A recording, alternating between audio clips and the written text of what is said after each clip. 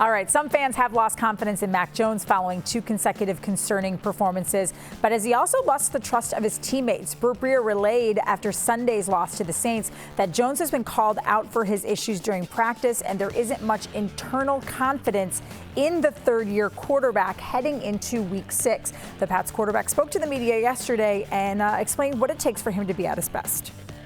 That's what I think of, because when I'm at my best, I'm having fun, enjoying everybody. That's one of the good things that I can do is communicate, and I need to do a better job of that. And we're out there playing a game that we love. Right now it's not looking too good, but we got to flip the switch, right, and start over and figure out ways to go out there and have fun and sling the ball around, and guys go make plays and then celebrate with each other. All right, Giles, into the discussion now. Phil here still with us. Phil, has anything changed with Mac this week at practice? Have you noticed anything different, whether it's on the field or how his teammates are interacting with him? Yeah, I've had a chance to speak with a number of people in the organization over the last day or so about how Mac Jones has performed in practice. And Bert was right. It has been up and down on the practice field for Mac Jones when it comes to protecting the football, how well he's thrown the football. You know, I think it was that first practice of Cowboys week, especially, that was a bad practice for him, flat out, is what people will tell you. And then I think this week, though, and maybe there is some optimism here, and I emphasize some because it is still practice and you are still waiting to get back in a game situation where the threat of real contact is very real. But over the course of the last few practices, my understanding is he has been more consistent and they have been a little bit better of late. So again, maybe there is some optimism there as long as he can not turn the football over. That has really been the edict that has been handed down to Mac Jones. As long as you don't turn it over, if we can keep the score close, if we can actually roll through an entire first half with the game plan that we came into the week expecting to run, then we'll give ourselves a better chance. But a little bit better in practice this week is my understanding with Mac Jones. Giles, do you still believe in Mac Jones?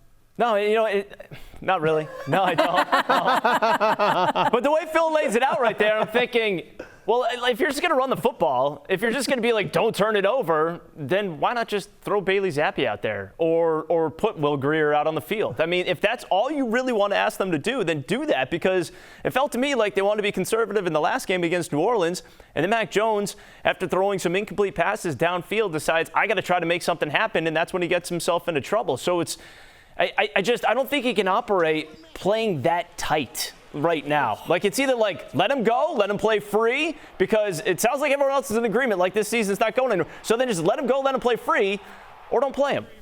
That was amazing delivery, Giles, on that. No. Not really. Bert, you said the season is a lost cause. Is Mac Jones a lost cause? No. But I think we have to have realistic expectations now. And, like, the idea that this guy is going to evolve into a top 10 quarterback, we're so far away from that.